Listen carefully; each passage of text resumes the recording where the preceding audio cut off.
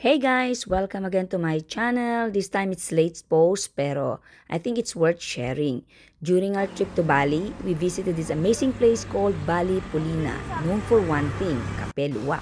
Super ganda ng vibes dito, parang nasa jungle cafe.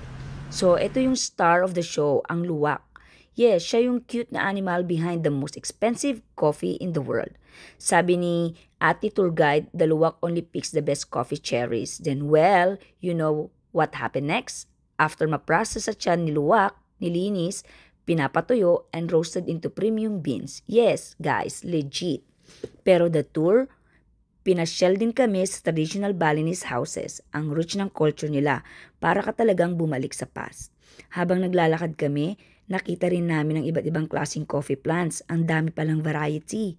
And syempre, di pwedeng matapos ang tour ng walang coffee tasting. Dito na kami sa coffee shop with a stunning view. Perfect pang chill at pang picture. We tried the famous Kapiluwak plus other Balinese-style coffee and teas. May pre-tasting sila ng iba't ibang flavors. Super sarap.